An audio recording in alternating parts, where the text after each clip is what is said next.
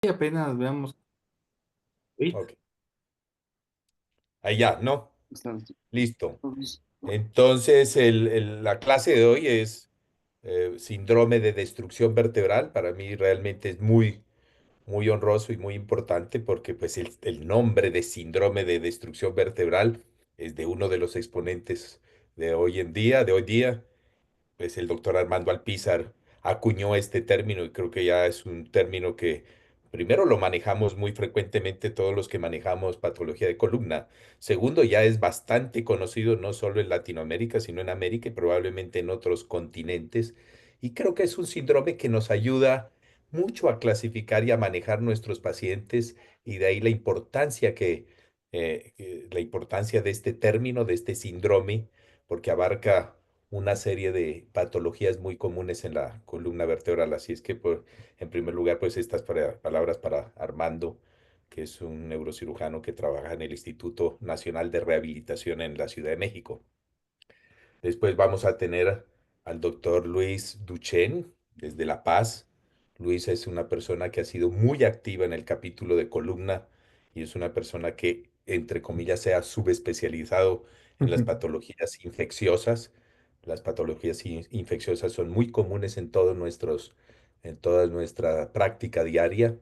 Es muy diferente la epidemiología de país a país, pero finalmente las infecciones, pues bien, siempre van a estar ahí.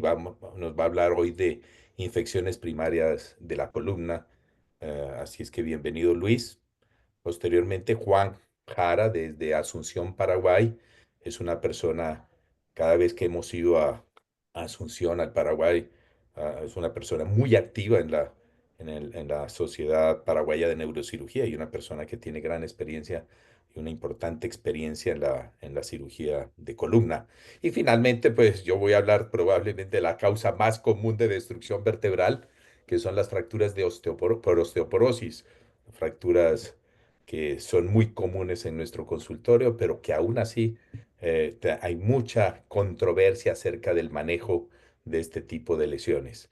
Así es que esa es la introducción y por favor, Armando, con tu charla de enfoque del síndrome de destrucción vertebral. Dale, Armando.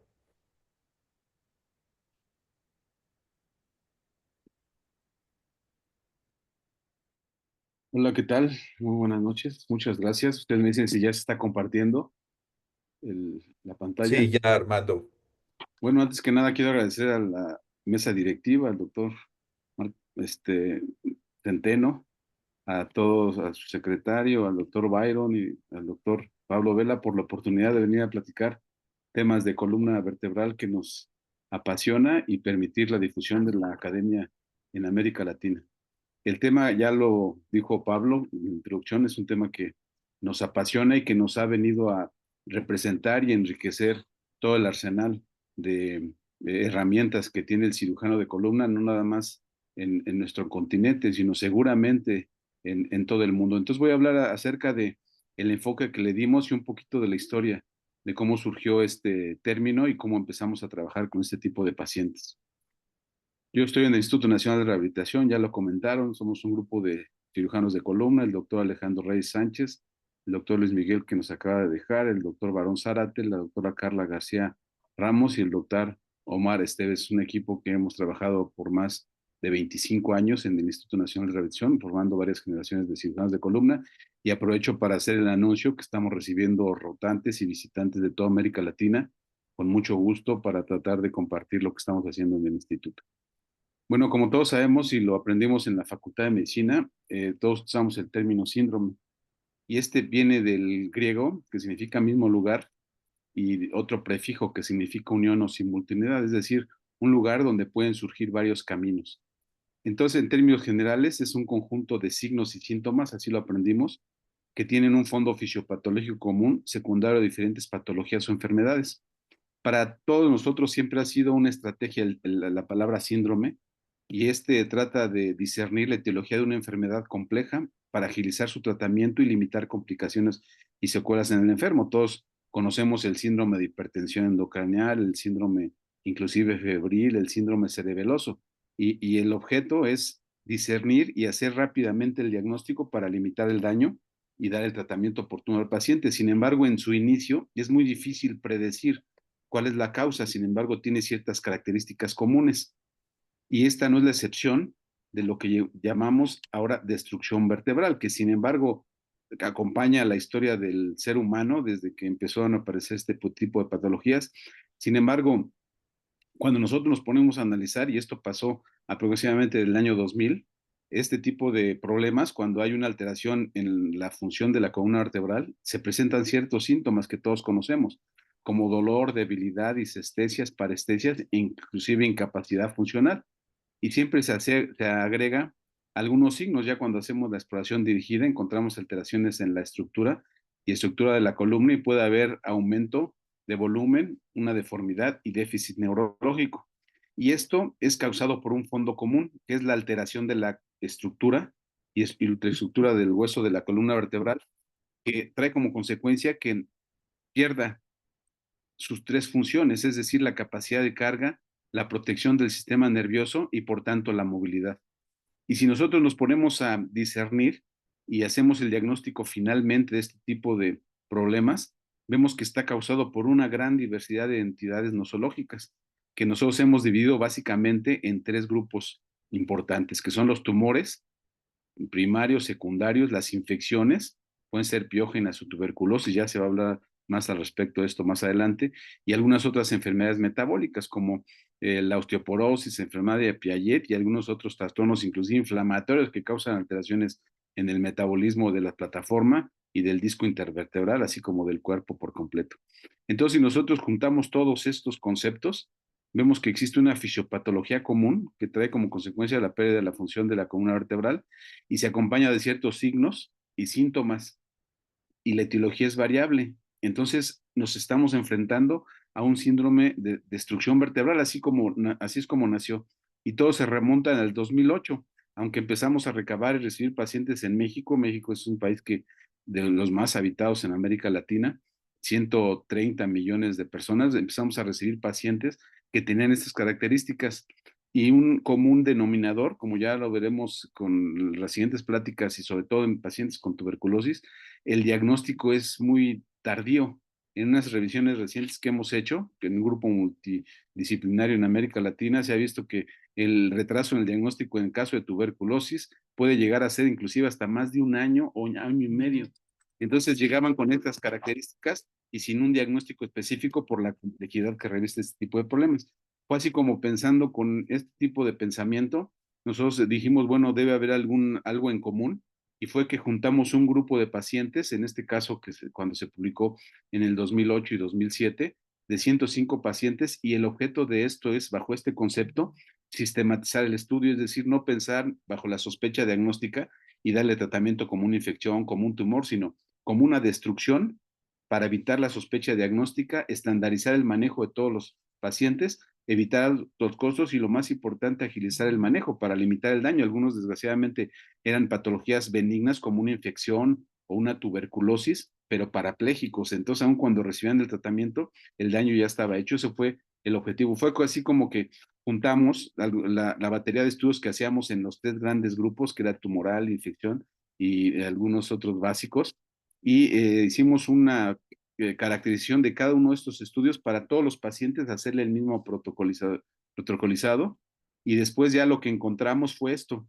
Aquí vemos la causa tan diversa y que en el primer lugar en nuestro medio, por lo menos en ese momento, era la enfermedad de POT, seguido por tumores primarios, pero también había algunas causas como infecciones, mieloma y algunas como metabólicos como la osteoporosis.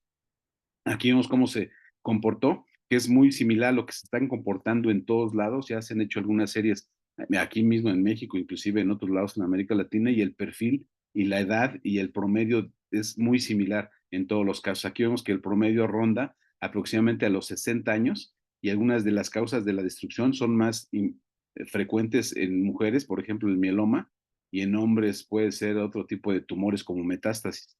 Entonces ya empezamos a ver ciertas características de cómo se presenta. Aquí vemos ya la gráfica en general en cuanto a sexo y, y grupo etario, y vemos que todo ronda aproximadamente a los 60 años y es más frecuente en el sexo masculino. Sin embargo, se puede presentar a todas las edades. Ya en algunos trabajos aquí en LAMSICO se han presentado inclusive síndrome de disfunción vertebral en niños y ya tienen un grupo bien estudiado y con las causas que también resulta un problema diagnóstico, sobre todo en niños cuando existen alteraciones hematológicas, tumorales y de otro tipo. Es realmente un problema complejo y dejar que el paciente se deteriore, sobre todo si es un paciente joven. Una vez que hicimos ya el ordenamiento de todas estas variables, nos dimos a la tarea de llevar a cabo y sacar la sensibilidad, especificidad, valor predictivo positivo, valor predictivo negativo, así como la exactitud de la prueba de los diferentes estudios que hicimos, como resonancia magnética, gamografía, TAC, laboratorio, en paralelo gamografía y resonancia. Aquí vemos lo que obtuvimos, por ejemplo, en el caso de infecciones, en el caso de tumores primarios, vemos su valor predictivo, sería muy difícil explicar específicamente cada uno de ellos. Aquí vemos en el caso de la tuberculosis, el valor predictivo que nos daba cada uno de estos estudios y en este caso vemos el del mieloma múltiple.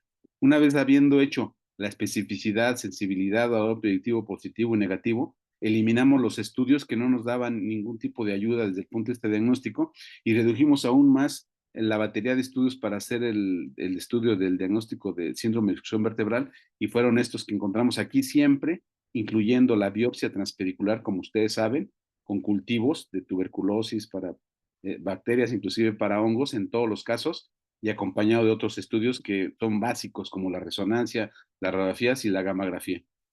Aquí vemos cómo empezamos a hacer una evaluación de este tipo de estudios y aquí vemos la evaluación ya, pero con el esquema reducido.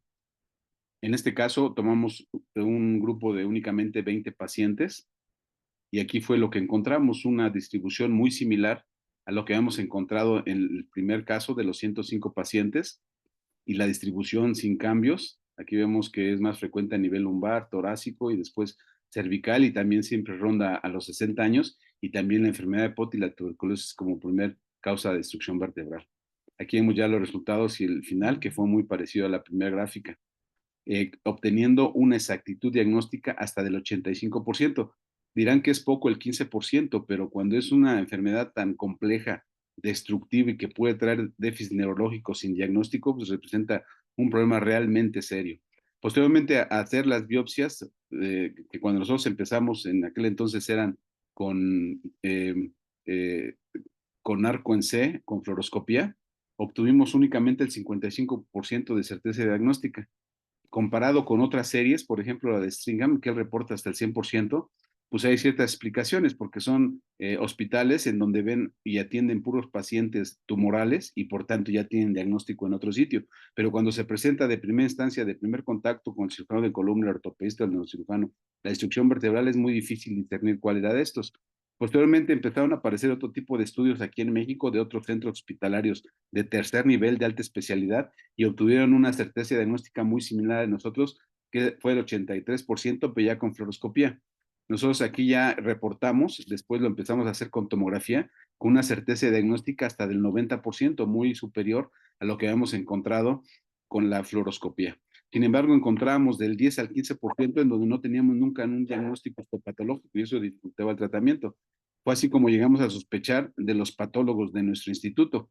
Así es que nos tomamos la tarea de hacer una evaluación y el taquete de la biopsia lo partíamos en 4 y la parte 1 y 3 la mandamos con un patólogo, el patólogo externo, y la 2 y 4 con un patólogo interno para comparar qué era lo que encontraban, porque llegamos a sospechar que realmente el problema quizá era el patólogo. Sin embargo, cuando empezamos a comparar, aquí vemos el número de vértebras que se hizo, el número de 21, todo se comportó igual como el otro grupo en cuanto a todas las variables que ya habíamos comentado. Sin embargo, observamos que también el patólogo externo tiene una dificultad diagnóstica como en el 15%, inclusive era más alta que la que teníamos con el patólogo interno, como ustedes pueden observar, el patólogo externo confundió el tumor con una inflamación. Entonces, dedujimos que los patólogos que tenemos aquí, por tratarse de un instituto de concentración de patologías osteomusculares y de la columna vertebral, tenían mucho más experiencia. Entonces, resulta que es una dificultad que no era específicamente de nuestro caso. Fue así como evaluamos otro tipo de opciones, como la precisión diagnóstica de la biopsia percutánea guiada por tomografía axial, pero tomando en cuenta la captación gamagráfica. Ya existen antecedentes en la literatura en donde han utilizado PET scan, cómo se comporta para decidir en qué sitio de la vértebra tomar la biopsia, que también resulta que es un problema cuando vamos a tomar una biopsia percutánea, que es muy difícil ya que hay que pasar por el pedículo y no es tan sencillo tomar el taquete. Así fue como hicimos otro protocolo para hacer y sacar la precisión, pero ahora tomando en cuenta la gamografía en donde que la hacemos siempre en todos los casos. Y aquí vemos que el único comparación con lo que tenemos es la biopsia abierta, que es el estándar de oro. Sin embargo, es muy difícil por las características de la columna tomar la biopsia abierta, entonces siempre hay que hacerlo transpedicular. Y esto es muy importante porque de acuerdo a la biopsia y el cultivo que tengamos va a ser el tratamiento. Entonces es fundamental tener una certeza diagnóstica. Aquí vemos lo que obtuvimos primero cuando lo hacíamos con fluoroscopía, 55%, que es el caso de muchos hospitales, que nada más es una imagen biplanar. Cuando ya utilizábamos tomografía, lo subimos hasta el 90%, como otras sedes hospitalarias, pero la diversidad y la certeza va desde el 16 hasta el 92%. Aquí se da uno cuenta de la complejidad que representa tener el diagnóstico histopatológico. Aquí vemos que se han propuesto varias opciones para subirlo hasta el 100%. Algunos dicen, no, pues una biopsia abierta, pero esto no es factible o cuando falla, ¿qué hacer una segunda biopsia o ya hacer la biopsia abierta o el tratamiento definitivo? Fue así como Wii hizo una tomografía, pero guiándose para tomar el sitio de la biopsia con PET scan y él obtuvo hasta un 97.62% de certeza diagnóstica. Sin embargo, nosotros no tenemos el acceso, es un estudio muy caro que no da el acceso en la mayor parte de los hospitales, pero sí tenemos en todos nuestros pacientes gamografía ósea. Entonces nos llevamos a cabo para hacer y con la gamografía ósea decidir el sitio de la biopsia, ya que para encontrar alguna alteración en la misma es suficiente solo el 5 al 10% de los cambios en recambio óseo en la gamografía, cuando en un estudio de imagen para que podamos tener una alteración debe haber una destrucción hasta del 50% de los casos. Entonces muchas veces no tomamos la biopsia del sitio correcto y por eso salen con tantas alteraciones. Entonces, tomando en cuenta la imagen, tomando en cuenta la radiografía, la resonancia y luego la mamografía, decidimos tomar el sitio de la biopsia en todos los casos para aumentar esta certeza diagnóstica porque es bastante difícil. Entonces, de enero del 2016 al 31 de diciembre de 2016 hicimos un protocolo completo, como siempre lo hemos hecho. Ahorita tenemos ya más de 900 pacientes protocolizados con todas las variables.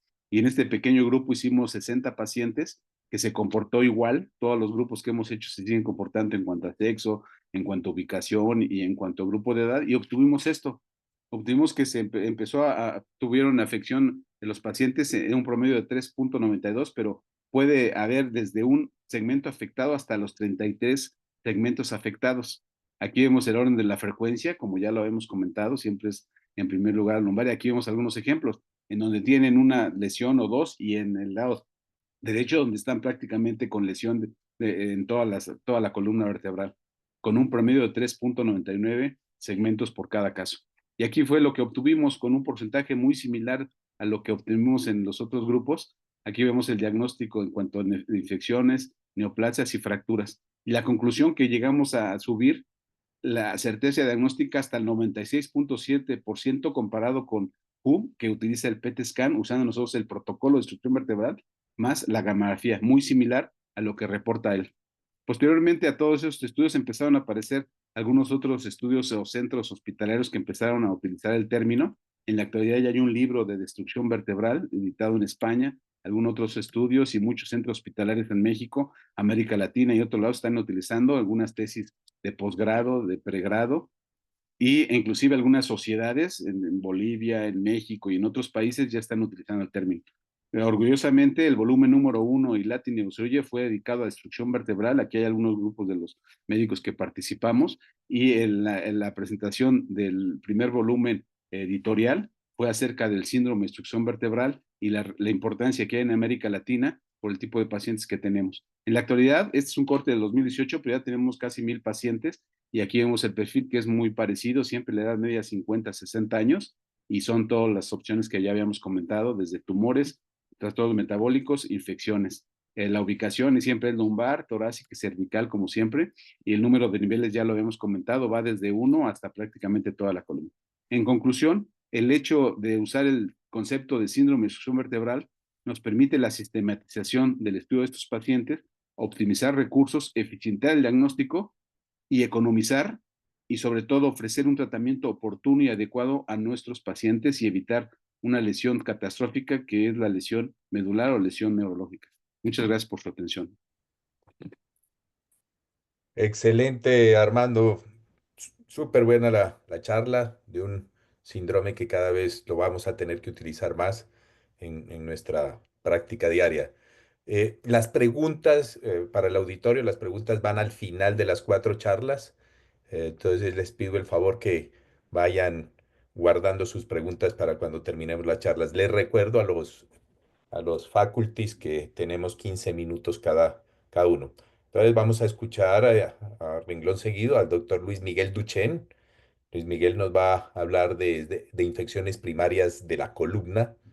Luis Miguel está, como ya les dije, en La Paz y creo que ahora también reparte su tiempo entre La Paz y Santa Cruz de la Sierra. ¿Es así, Luis Miguel? Y adelante. Bienvenido. Sí, sí, muy complacido de tener el honor de ser parte de este evento. Muchas gracias, doctor Vela. Vamos a hablar ahora de infecciones primarias de la columna. Quisiera saber si se está compartiendo mi imagen correctamente, por favor.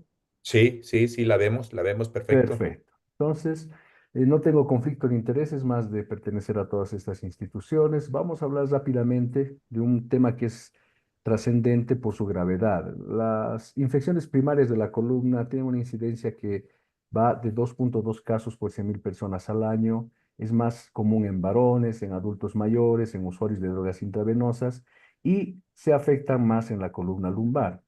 Hay varios factores de riesgo que van a hacer que los pacientes tengan la posibilidad de desarrollar este problema: la insuficiencia renal, cirrosis hepática, diabetes, VIH, dependencia de estupefacientes endovenosos, el uso de medicamentos de forma crónica, por ejemplo, con corticoides, inmunosupresores, y que hayan recibido implantes intravasculares u ortopédicos. Sabemos que para que haya una infección hay varias rutas. La más común es la hematógena, es decir, desde un sitio distante, por ejemplo, una infección urinaria o piel, pueden llegar hasta la columna o por estar cerca de la columna en la aorta o el esófago. Básicamente, un factor importante que aumenta esto es que tenemos el plexo de Baston, que hace que el flujo sea un poco más lento a ese nivel. Bueno, acá tenemos como presentación clínica varias posibilidades. Puede haber un dolor que empeora ya en la noche, puede haber fiebre, puede haber síntomas neurológicos que pueden ser desde debilidad, parestesias, incontinencias, espasmo muscular en el examen físico, sensibilidad a la percusión de la columna, incluso deformidad.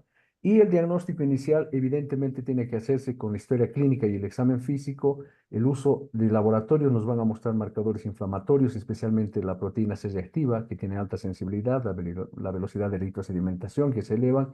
Y en tomografía vamos a ver algunos detalles, sobre todo vamos a echar mano de radiografías, tomografías, resonancia contrastada, que es el estándar de oro, imágenes nucleares, y también podemos utilizar cultivos, hemocultivos, que identifican patógenos más o menos hasta el 60% de los casos, no en el 100%, y la biopsia, que tiene una sensibilidad, como lo ha dicho el doctor Alpizar, que varía mucho. En global, en las espondilodicitis está en un 52%. ¿Cuáles son las características imagenológicas? Cuando hablamos de una espondilodicitis piógena, tenemos que pensar en que los pacientes pueden tener una disminución en la radiografía de la altura del disco intervertebral. A veces no hay más que esto.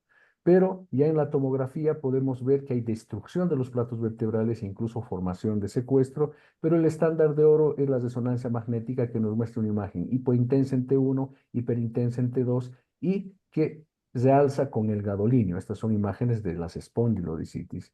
Vamos a ver específicamente ahora algunos cuadros de tuberculosis por la frecuencia que tenemos en nuestro medio, como se ha mencionado. Cuando vemos radiografías podemos encontrar desde una jiba, colapso vertebral, podemos ver acuñamiento anterior o simplemente disminución en la altura del disco intervertebral, y en algunos casos incluso se puede vislumbrar los abscesos paravertebrales. Sin embargo, para que la tuberculosis se vea en la radiografía tiene que pasar al menos unas 6 semanas y a veces hasta meses. La tomografía nos permite ver las áreas de necrosis y algo que es patognomónico. Si encontramos un paciente con un absceso paravertebral que tiene calcificaciones, estamos pensando en un absceso por tuberculosis. No olviden eso. Y la resonancia magnética muestra imágenes hipointensas en T1, hiperintensas en T2 y que se alzan con el contraste. Pero algo muy importante, se respeta el disco intervertebral hasta fases finales. Vean cómo hay destrucción ósea, pero el disco intervertebral todavía se respeta. Entonces, ¿cuál es el diagnóstico? Como os he dicho, intentamos hacer nosotros biopsia con guía tomográfica para tener la mayor posibilidad de un diagnóstico, siempre con cánulas lo más gruesas posibles y estableciendo claramente el algo, en este caso el disco intervertebral. La biopsia nos va a permitir obtener histopatología, hacer cultivos, siempre hay que pedir gérmenes comunes, anaerobios también. Vamos a hacer cultivos para tuberculosis, sin embargo, no desarrollan con mucha frecuencia. Hacer tinciones Gram, tinción Nielsen, tinta china y no olvidar, por lo menos en este tiempo, por la frecuencia de tuberculosis, pedir siempre el PCR en tiempo real, que es el Gene Expert, que nos va a permitir hacer un diagnóstico muy rápido. La microbiología en general en las espondilodicitis, tenemos al Staphylococcus aureus, a los estreptococos, más raros son los hongos, la tuberculosis y algunos casos de brucelosis o echinococosis, pero que son menos frecuentes. Cuando hablamos de las infecciones primarias, hablamos de todo esto, de dicitis, de espondilodicitis, de espondilitis, artritis séptica y absceso epidural. Vamos a hablar rápidamente de la dicitis como tal, que es un proceso solo de infección del disco y es poco frecuente, fundamentalmente en niños o en adultos mayores. ¿Y por qué más en niños? Porque a esta edad todavía los vasos sanguíneos atraviesan la placa terminal y las metáfisis tienen abundante suministro. Entonces puede haber una infección en el disco solamente, sin tener compromiso del hueso. Y el diagnóstico en los niños fundamentalmente puede generar problemas porque los lactantes no nos van a decir qué es lo que está sucediendo con exactitud. Entonces tenemos que sospecharlo cuando hay irritabilidad, se niega a caminar, tiene marcha inestable, tiene llantos sostenidos, sobre todo cuando están verticales. Y un signo que vamos a encontrar es el signo de Gowers, es decir, el paciente no puede levantarse, tiene mucha dificultad. Por supuesto que hay otros síntomas, por tema tiempo no los vamos a detallar. Pero en la dicitis, recuerden que siempre vamos a tener leucocitosis con neutrofilia, pero no en todos los casos. Es decir, puede haber 50% de los pacientes que no van a tener esta manifestación en el laboratorio. La PCR es fundamental, siempre está elevada. Bueno, en la mayoría de los casos, junto al vez, los hemocultivos no siempre son positivos, pero si tenemos un paciente que tiene una infección urinaria en el hemocultivo, encontramos, por ejemplo, Escherichia coli, ya podemos iniciar el tratamiento.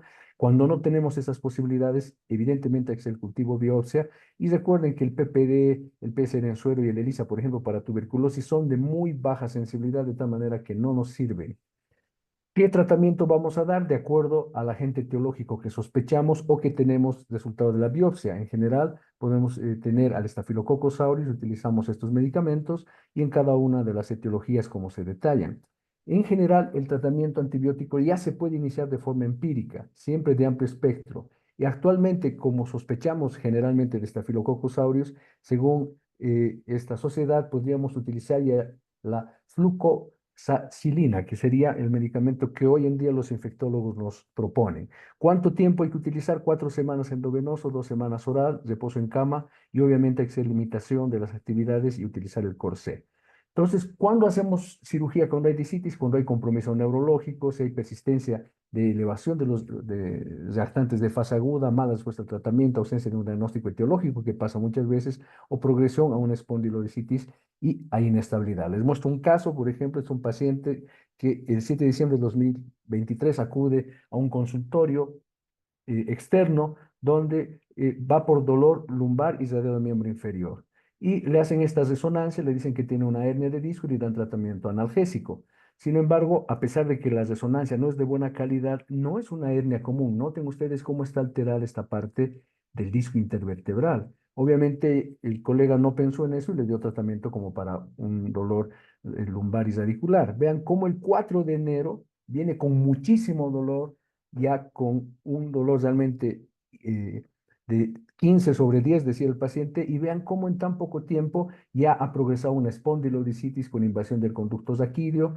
Como era un dolor básicamente lumbar y radicular, lo que hicimos fue un tratamiento mínimamente invasivo, hicimos una descompresión over the top, pero el paciente seguía con intenso dolor, realmente el dolor era muy intenso.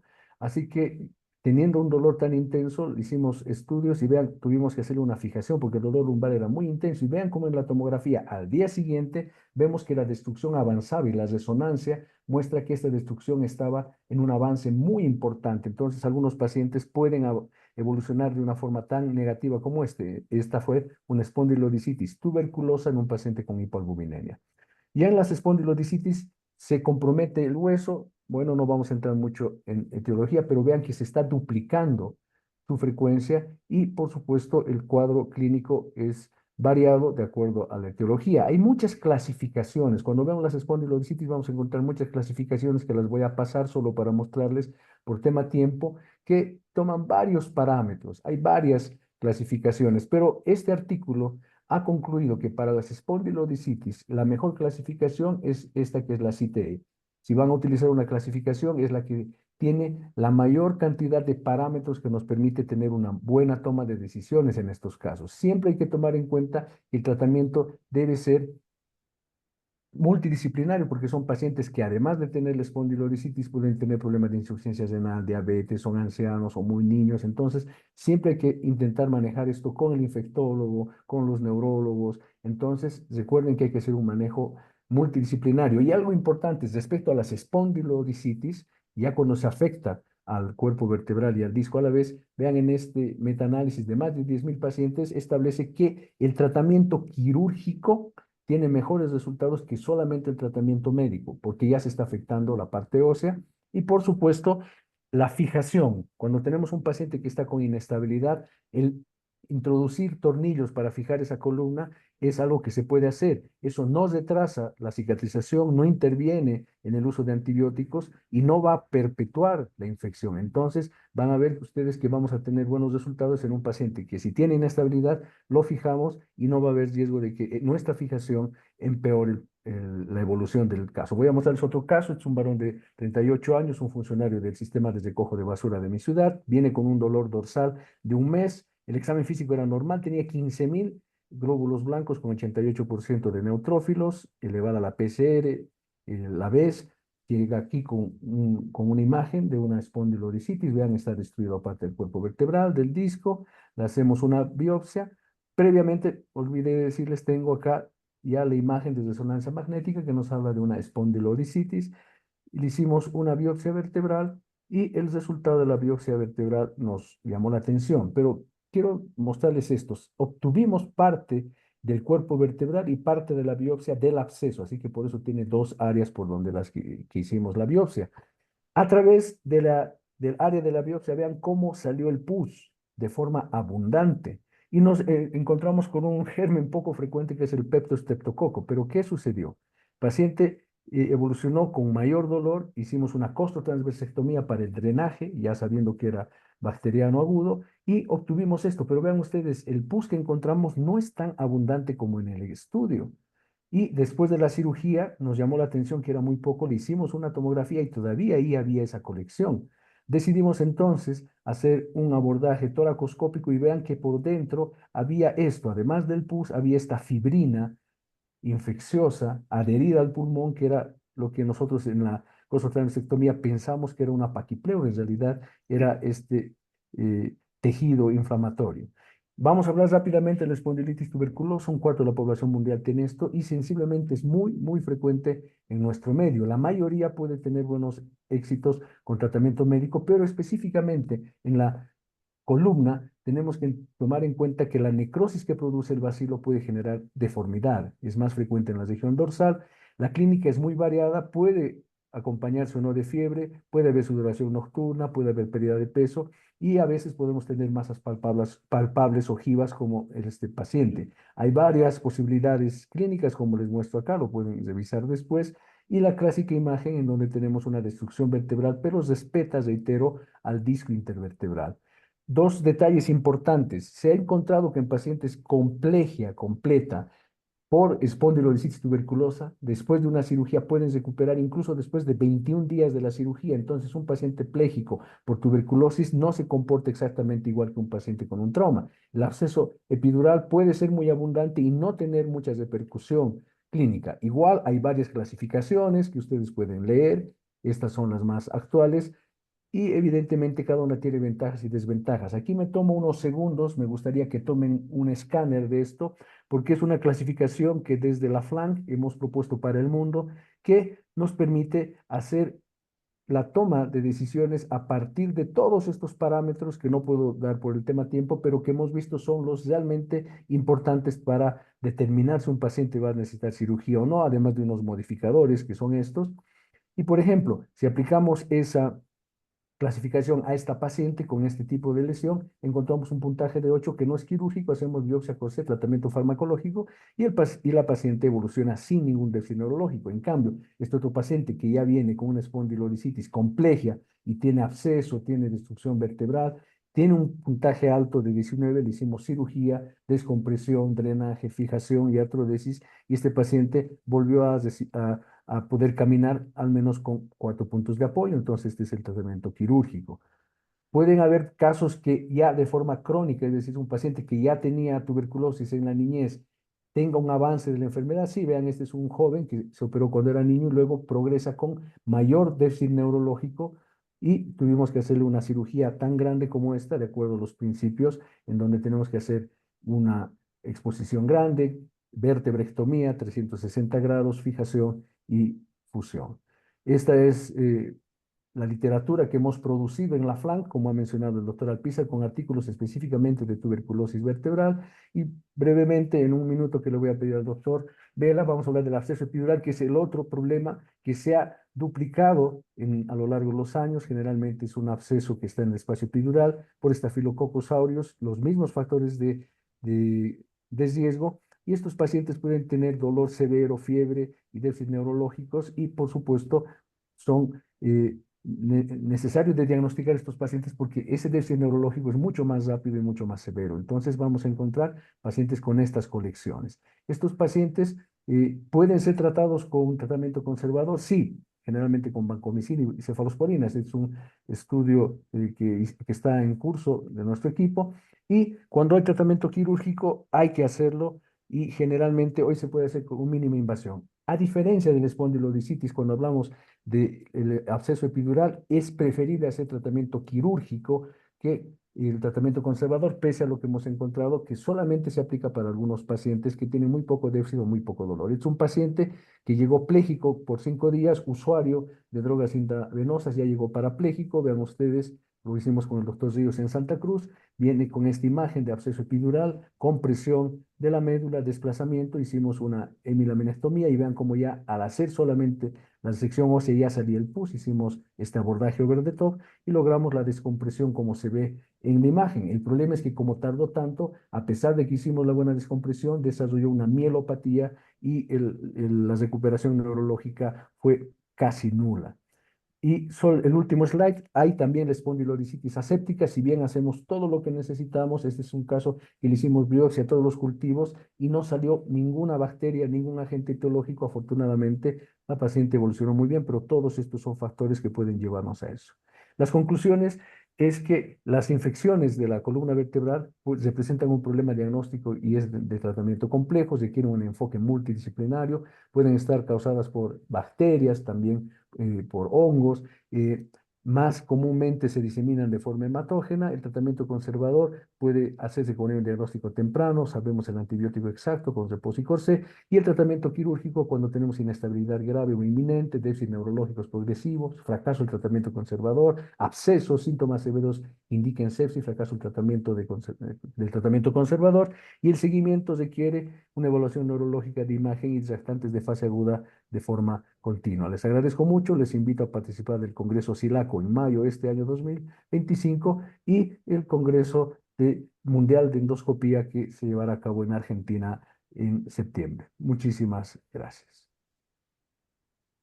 Muchas gracias, Luis, por su excelente exposición. Nos dio un buen resumen de todas las infecciones primarias de la columna. Es otra de las causas comunes del síndrome de destrucción vertebral, más común la tuberculosis, más común la piógena, depende de cada país, de cada región. Pero bueno, son temas muy, muy interesantes. A continuación vamos a escuchar al doctor Juan José Jara de la Universidad Católica en Asunción del Paraguay, quien nos va a hablar de metástasis en la columna vertebral. Muchas gracias, Juan. Adelante. Buenas 15 noches minutos, a porfa. todos. Buenas noches a todos. Muchas gracias, Pablo. Un gusto Gracias. reencontrarnos con los amigos Luis, Armando, Byron. Este es el equipo de trabajo que solemos trabajar en nuestro hospital todos los días. y quería presentarles nuestra experiencia a lo que estamos abocados todos los días. Cuando hablamos de cirugías tumorales, nos tenemos en mente esta imagen, este video que están viendo, ¿verdad? Generalmente pensamos siempre que una cirugía con resecciones costales, una cirugía de mayor envergadura va a ser lo que el paciente necesita, y hoy en día nos damos cuenta que en verdad es otro el panorama. Si bien es cierto, esta exposición nos ayuda a abordar en 360 grados la columna como para darle ese soporte anterior que el síndrome de destrucción, como dijo el doctor Armando y el doctor Duchen, necesita. Entonces vemos que hay conceptos que van cambiando y probablemente este tipo de cirugía lo estamos dejando de hacer hace ya más de varios años que no vemos este tipo de cirugía con esas agresiones. Este slide resume prácticamente lo que es la estrategia quirúrgica en cuanto a lo que se iguala a la agresividad que tenemos en los pacientes que se nos presentan, ¿verdad? Si hay un paciente de índole mecánico, una inestabilidad aislada, podemos hacer una sola estabilización. Si hay un paciente con inestabilidad mecánica, con mínima compresión, se le puede realizar una descompresión o una estabilización posterior. O aquellos que tienen un compromiso ventral importante, cifosis, como aquellos casos que vimos recién, también realizar una cirugía de separación ya con una reconstrucción anterior, o aquellos pacientes que van a realizarse cirugía en bloque más para pacientes en tumores primarios. Entonces la decisión de operar no es blanco o negro, sino que hay puntos claves en cuanto a la estabilidad espinal, síntomas neurológicos, el tipo de tumor, hoy día la biología tumoral, y en cuanto al pronóstico del paciente. Sabemos bien que el avance de la tecnología en cuanto a la radiocirugía estereotáxica nos ha ahorrado en tanto en pérdida sanguínea como en control local del tumor, en contraposición a lo que era la resección en bloque realizada en estos pacientes oligometastásicos, que una cirugía realizábamos 12 horas, esto en 20 minutos podría darnos un control de mayor del 98% a los 1 año y 80 a los 5. Entonces vemos, presento esto en mi peor caso, en el sentido de ven la metástasis tumoral. Este es un paciente que se hizo una biopsia o un mieloma múltiple, pero fíjense, el NOMS, esta es la escala que más representa hoy día en nuestro actuar médico, en donde existía una baja escala de compresión, paciente no mielopático, sabemos que el mieloma es radiosensible. Entonces este paciente podría beneficiarse con radioterapia convencional. Si bien es cierto, este paciente decidimos a una cirugía, y fíjense, una cirugía grande con cementación, pero ahí empezó el calvario. Entonces el paciente de mayo de 2021, sí, infección de herida, dehiscencia, secreción purulenta. Entonces a eso nos abocamos cuando dejamos de mirar todos los puntos criteriosos claves en estos casos. ¿Por qué operar estos casos, estos pacientes? Cuando nos preguntamos por qué operar cuando tratamos la inestabilidad, cuando necesitamos preservar la función neurológica, el consejo mío es que, y de todos los cirujanos, saber que el paciente cuando está caminando no existe un apuro inminente de ir a cirugía, sino que tenemos que saber que el déficit neurológico ocurre en días en lugar de horas. Operamos para tener un control local y, dependiendo de la histología, lógicamente, y mejorar las quejas del paciente, que muchas veces el dolor o la imposibilidad de ambulación. Y fíjense, de este caso, quiero que tomen bien atención a este caso, porque nos trae muchas aristas. Este es un paciente también con una metástasis de carcinoma folicular. Fíjense, una tumoración esternón, una tumoración a nivel de C2. Este paciente prácticamente refería que debía atajar la mano con la mano en la cabeza por el dolor que refería. Este caso es una tumoración con bajo grado de compresión la escala de Bilski. Fíjense, hay una impronta dural nada más, y a través del NOMS nosotros podemos hacernos estas preguntas: si estabilizamos, si usamos halo chaleco. Quizás todas las preguntas no haya ninguna errada, pero tenemos que apreciar la realidad o saber la realidad que el país cuenta, ¿verdad? Que nosotros prácticamente no es nuestra realidad una radiocirugía estereotáxica, no la contamos, no es nuestra realidad, entonces sí, nuestra realidad es embolizar el tumor, podíamos embolizar el tumor y hacer una cirugía, pero en este caso optamos por una cirugía que quizás es de una mínima invasión porque el abordaje anterior sabemos que no cortamos músculo, no abrimos solamente por divulsión, entonces le realizamos esta cirugía, digamos, casera con un rulero, abriendo el rulero y conectando con la odontoide y eso nos dio buena estabilidad. Este paciente evolucionó bastante bien, con buena movilidad a los un año postoperatorio, siguiendo su proceso oncológico, sin ninguna molestia. Entonces vemos que, vamos a ir viendo que existen casos que también pensamos que antes lo resolvíamos por una vía posterior. Fíjense este caso, un paciente con un CA de amígdala epidermoide, un CA epidermoide de amígdala a nivel de T2 evolucionó con una fractura, ingresó por la urgencia, ya venía realizando sesiones de radioterapia y quimioterapia, un dolor incapacitante que venía ya arrastrando 2 meses de evolución, pero sin déficit motor, un ASIA E. Entonces, estos casos nosotros nos ponemos en mente y lo abordamos con el equipo. Antes lo hacíamos en doble abordaje, un abordaje posterior, pero hoy día va cambiando nuestro planteamiento con las estrategias que tenemos y nos vamos aprendiendo de los colegas. Entonces, vemos que en la resonancia sí un grado alto de compresión, un grado 3 de Wilkie. Entonces, a se realizó el laboratorio del ingreso. Vemos todos estos parámetros.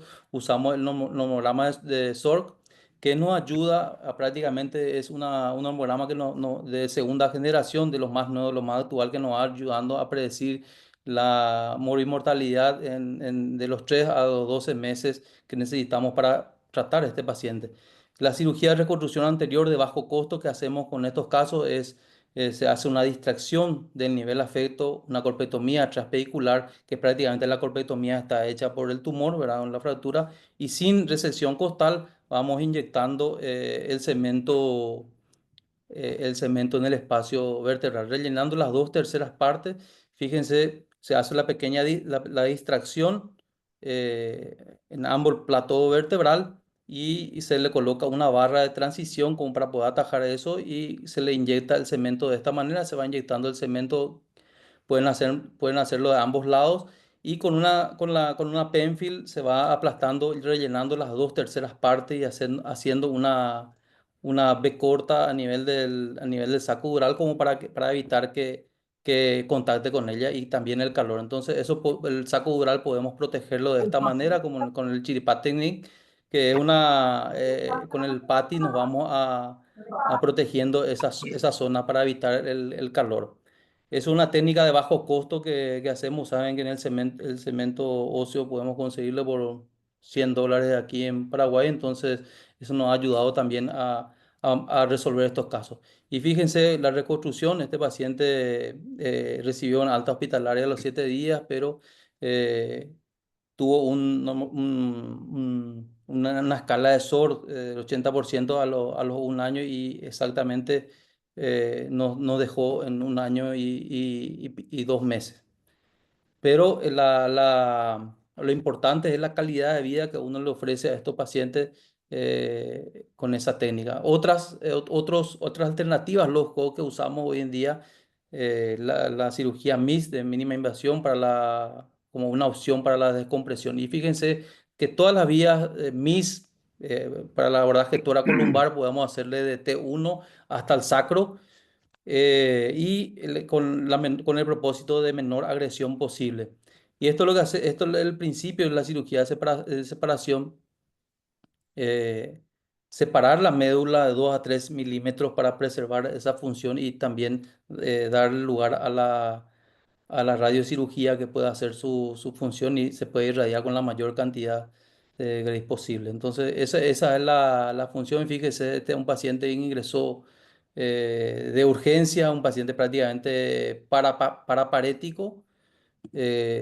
no se sabía el origen tumoral y por el sangrado sospechamos una masa a partir de una masa tiroidea, era un CA, resultó ser luego de un CA de tiroides. Entonces, tener especial atención de contar siempre con la histología tumoral si el paciente no está con un déficit progresivo motor, contar siempre con una histología tumoral para poder operar. Fíjense el sangrado de este tumor, pero se pudo controlar tranquilamente y llegar a esta resolución. Entonces, la cementación y llegando al objetivo de liberar esa médula y el paciente en el postoperatorio inmediato recuperando la movilidad. Tiempos cortos de cirugía, 2,5 horas. No es necesario un cirujano de abordaje y disminuye la mortalidad. No moviliza estructuras críticas. Eso nos ha ayudado a usar más este tipo de técnicas en nuestra estrategia. Entonces, cuando tenemos en mente qué hacer o para qué nos va a ayudar la cirugía debe ser útil para el dolor, el control local y preservar la función, ¿verdad? Tenemos las diferentes técnicas, las cirugías MIS hoy en día debe ser un arsenal terapéutico que todos debemos estar familiarizados y la cirugía de separación para casos seleccionados en donde necesitamos irradiar. La radioterapia, hablamos radioterapia cuando hablamos de un control local, que esto podría ser la convencional o la estereotáxica, que quizás la realidad nuestra es la convencional. Y la quimioterapia hoy en día habla de la sobrevida. La inmunoterapia ayuda muchísimo en cuanto a la expectativa de tratamiento de los tumores hoy día. Como en este caso, se da de mama, ingresó por dolor y con esta imagen, pero fíjense, este caso le habíamos hecho una cirugía C1, C2, pero con el tratamiento de, de los inmunomoduladores en 3 meses tenemos una consolidación ósea o una remodelación ósea prácticamente sin cirugía. Se hubiera realizado un halo chaleco, un collar o un collar de Filadelfia como para poder realizar. Entonces tenemos en cuenta que los inmunomoduladores van a mejorar el pronóstico libre de sobrevida de estos pacientes. Aquel caso que le comenté de tiroides, a los 2 años después vino con esta imagen, este 11, y a nivel del sacro. Entonces, a los 2 años de seguimiento, ¿qué hacemos? Hacemos una cirugía low cost, en donde estos son los pasos a través de jeringas cortadas, vamos dilatando el espacio y vamos colocando inclusive el cemento a ese nivel y colocamos los tornillos, inclusive nos ayuda también para ver en el arco en C la ubicación de esos tornillos sin retirar esos ajustes de jeringa como para nuestra fijación, ¿verdad? Y podemos hacer uso también del tubular como para poder, del separador tubular como para poder realizar la liberación. Podemos realizar la liberación sin ninguna dificultad y ese paciente reincorporado a la casa, darle esa calidad de vida, ese debe ser el objetivo en el menor tiempo posible. Entonces, como estuvimos hablando, ¿qué podemos ofrecerle hoy a este señor? Podemos ofrecerle inmunomoduladores, por ejemplo, como el Levantinib, que ha demostrado que hay un periodo libre de sobrevida de 18 meses en contraposición a no hacer el tratamiento de más o menos 8 meses en contraste. Entonces, como conclusión, tratar de llegar al diagnóstico. Siempre el gol estándar del tratamiento es descomprimir y estabilizar la columna. No existe algoritmos perfectos. Considerar siempre el papel de la radiación y la terapia sistémica. El enfoque multidisciplinario es esencial y cuando el paciente tiene un déficit neurológico debemos operar. Las metástasis hoy en día no son consideradas como un estadio terminal, sino como un incidente en el transcurso de la enfermedad. Eso lo plasmó Boriani y el equipo multidisciplinario es muy importante para la decisión terapéutica. Muchas gracias por la invitación.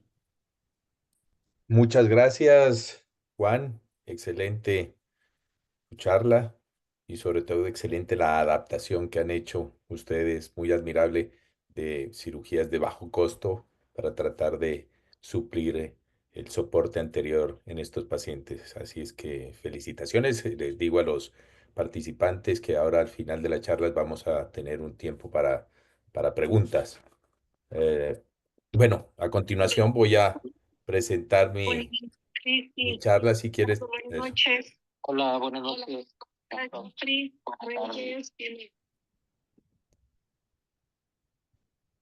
Martín Reyes, qué gusto verte. Doctor Alpizar, Apaguen los teléfono. micrófonos, por favor.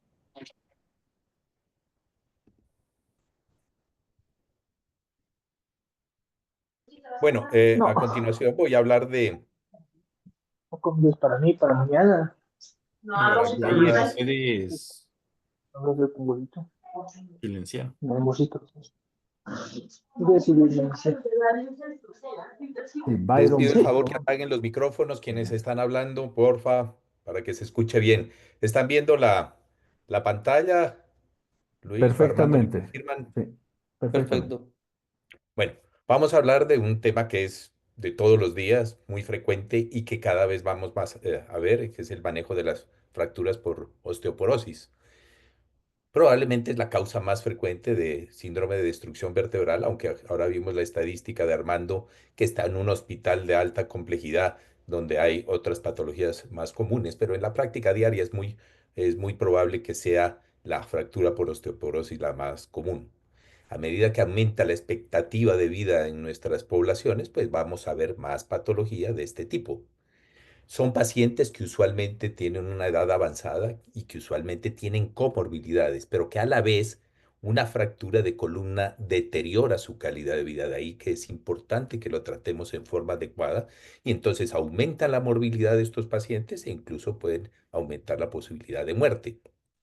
Esto es simplemente para recordar en los estudios de densitometría ósea que es normal cuando hay una más o menos una desviación estándar de la población de referencia, osteopenia cuando es 1.5 a 2.5 y cuando es más de 2.5 desviaciones estándar, pues es una osteoporosis diagnosticada. Y osteoporosis severa cuando hay una o más fracturas en cualquier parte del esqueleto, digamos. Son primarias cuando no hay una causa diferente y secundarias cuando hay factores que la desencadenan. Es muy común en las mujeres posmenopáusicas. Algunos dicen que más común en asiáticos, caucásicos, baja talla, delgados, en fin, hay una serie de factores que pueden asociarse, pero es muy importante que tengamos en cuenta los medicamentos que reciben los pacientes y que pueden asociarse a aumento de la posibilidad de fracturas por osteoporosis, especialmente, y de aquí yo clasificaría los corticoides que son tan comúnmente utilizados en otras enfermedades y que predisponen a las fracturas por osteoporosis. La presentación clínica, lo más usual es que son pacientes de edad que tienen un dolor en cualquier parte del raquis después de un trauma menor. El dolor usualmente empeora con la bipedestación, imposibilita la marcha. Hay dolor al examen en el sitio donde está la fractura. Puede haber deformidad cifótica, como vamos a ver ahora, trastornos en la postura, síndrome de caudaquina y también déficit neurológico cuando el problema es mayor y más serio. ¿Qué es el tratamiento conservador? El tratamiento conservador es efectivo más o menos en el 65-85% de las fracturas, porque la mayoría se pueden resolver con tratamiento médico. Usualmente consiste en reposo, o entre más corto sea, mejor, analgésicos comunes, antiinflamatorios, opioides, teniendo en cuenta que como son pacientes de edad, no usar o no comenzar con opioides eh, potentes, sino por opioides débiles, porque esto puede alterar el estado de conciencia o el comportamiento de estos pacientes.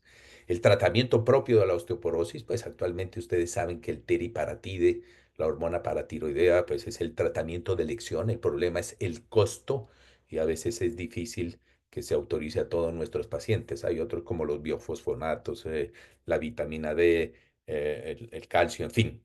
La fisioterapia, tratar de que estos pacientes se reincorporen rápidamente a su actividad y a veces necesitamos utilizar alguna forma de soporte externo, alguna forma de brace. ¿Qué es el tratamiento quirúrgico? Y pues esto es donde más vamos a prestar atención porque pues nuestra actividad es la neurocirugía y nuestra actividad es la cirugía de columna.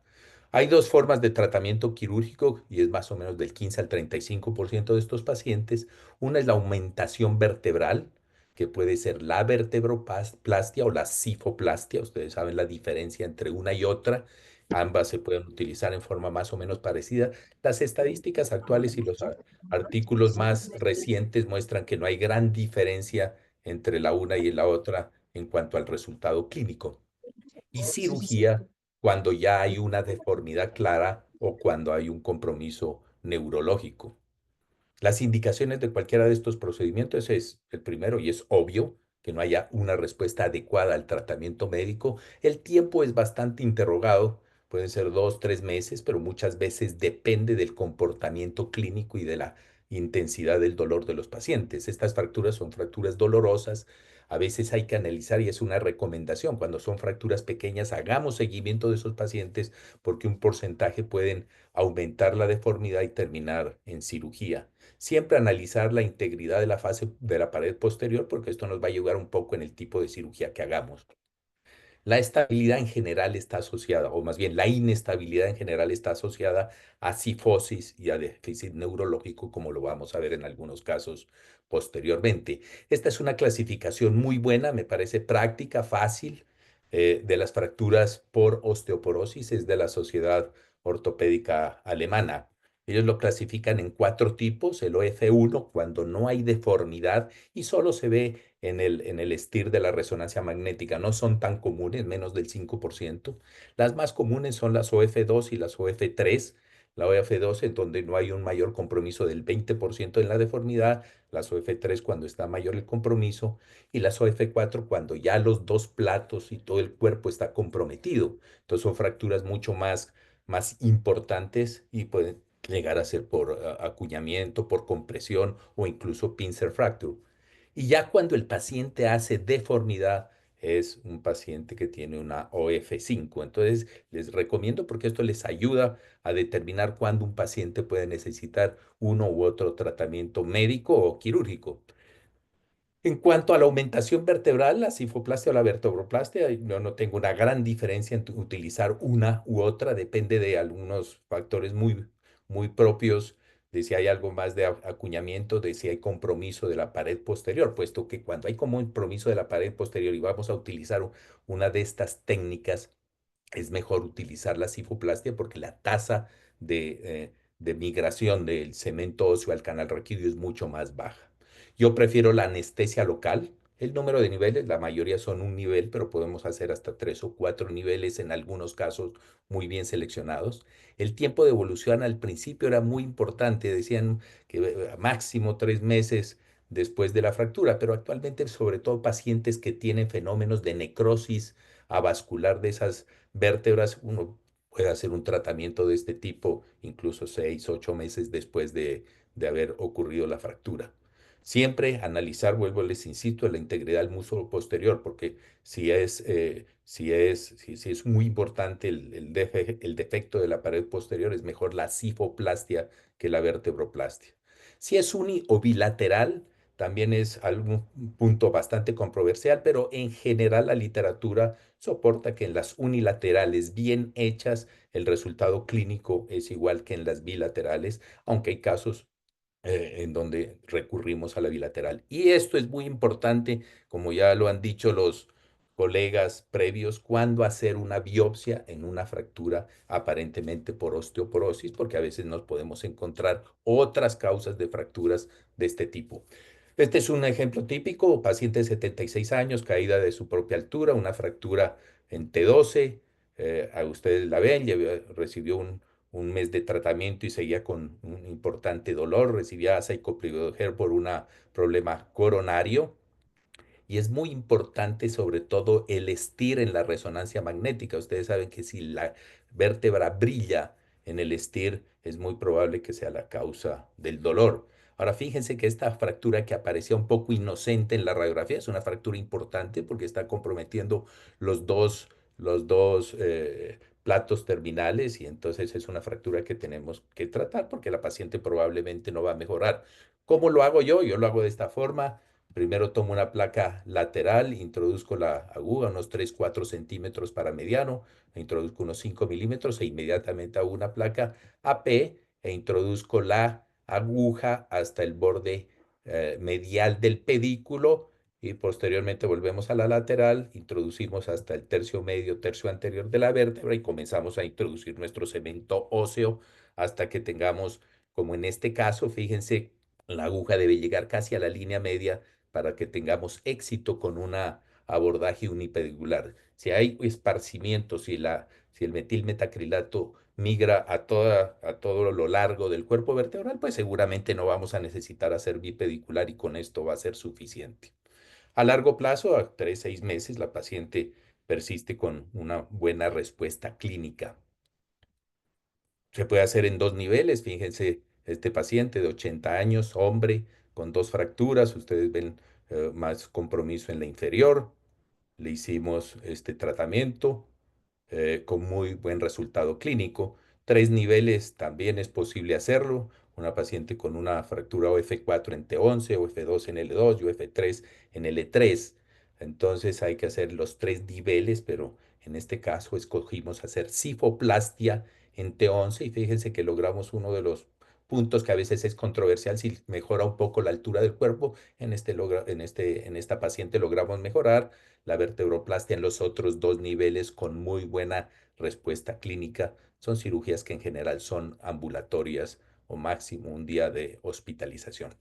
Este es un caso diferente y ahí es donde es muy importante saber cuándo hacemos biopsias. Esta es una mujer de 52 años sin antecedente de osteoporosis que tuvo un trauma leve en un accidente automotor y se le diagnosticó esta fractura que se manejó médicamente con analgésicos, inicialmente con una buena respuesta, pero no desapareció el dolor lumbar. A los 6 meses vuelve a tener un trauma leve y fíjense que tiene ahora una fractura en esta vértebra, mucho más arriba, en el E1, pero una fractura, un pincer fracture, con un dolor mucho más importante. Este tipo de pacientes sí necesitamos hacerle una biopsia y la biopsia tiene que ser clara. En este caso hay que estabilizar esa fractura, hacemos la vertebroplastia y fíjense que resultó una de las patologías más comunes también en la estadística, que son fracturas por destrucción vertebral por un tumor que es el mieloma múltiple. Esta paciente lleva más o menos 7 años de sobrevida con trasplante y con todo el tratamiento de quimioterapia y radioterapia que necesitan estos pacientes y tiene una buena sobrevida.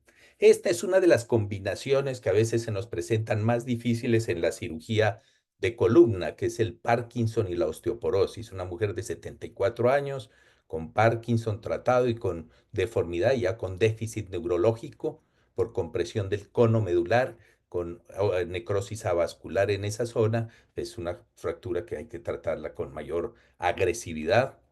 Lo que hicimos en este caso fue una osteotomía de reducción por vía posterior y colocamos esta instrumentación con buena evolución y con buena descompresión del cono medular y mejoría del, eh, del síndrome de Caudequina. Esta también es diferente. Miren que es una mujer que tiene un antecedente de cáncer hace 7 años, cáncer de colon, recibió radioterapia a nivel pélvico. Esta es una radiografía hecha como 6 meses antes de que nos consultara con esa espondilolistesis L5S1. Esta era para control oncológico con una cirugía cardíaca, fíjense ustedes acá. Y la paciente llega por un deterioro y un severo dolor lumbar con imposibilidad para caminar. Fíjense la posición en que tuvimos que hacer la radiografía. Está prácticamente sentada. Son fracturas, destrucción vertebral en L4, L5. La biopsia fue negativa para tumor, fíjense ustedes, a pesar de que tiene antecedente de tumor, fue negativo, es decir, fue una osteoporosis asociada a la radioterapia y necesitó una cirugía más grande con cementación de estos cuerpos vertebrales. Uno de los problemas son las complicaciones, hay muchas complicaciones descritas, pero en este momento yo les voy a hablar de una que es poco común, pero que se puede presentar, que es la infección después de una vertebroplastia.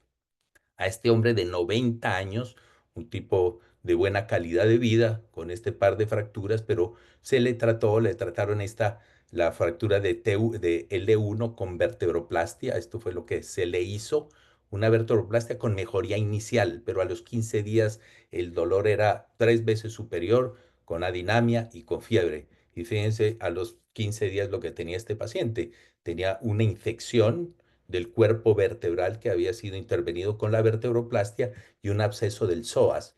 Esto fue un estafilococo dorado, meticilino resistente, y requirió también una cirugía más grande con instrumentación, con reemplazo del cuerpo vertebral, con drenaje del absceso del psoas y antibiótico largo plazo, como lo describió hace unos momentos Luis. En conclusión, la las fracturas por osteoporosis son una causa cada vez más frecuente de consulta. Debemos aprender a manejar porque causan un claro deterioro en la calidad de vida de estos pacientes que además tienen comorbilidades, como en los ejemplos que les acabé de mostrar. Es muy importante el diagnóstico con radiografías, tomografía y clasificar este tipo de tumores. Les recomendé la clasificación de la Sociedad Alemana de Ortopedia, que me parece muy práctica. El tratamiento médico debe hacerse. La mayoría de pacientes actualmente ya llegan con tratamiento médico, ya son osteoporosis conocidas. Y el teriparatido, pues es el que mejor resultado da. La aumentación, la SIFO, la vertebroplastia, a pesar de que hace un año hubo mucha discusión por una serie de artículos que salieron en la literatura donde comparaban vértebro o sifoplastia versus tratamiento médico y decía que no había ninguna diferencia. Actualmente se sabe que si hay una buena indicación de este tipo de tratamientos, el resultado es muy bueno. La cirugía abierta para pacientes con complicaciones más grandes y la biopsia, que no la puse aquí, la biopsia cuando hay una fractura que nos dé alguna duda en cuanto al origen de la lesión, especialmente con tumores hemáticos como el mieloma múltiple y ocasionalmente con metástasis, sobre todo cuando no se tiene un primario conocido. Eso era lo que tenía para decirles de vertebroplastia. Entonces, yo creo que podemos pasar a la sesión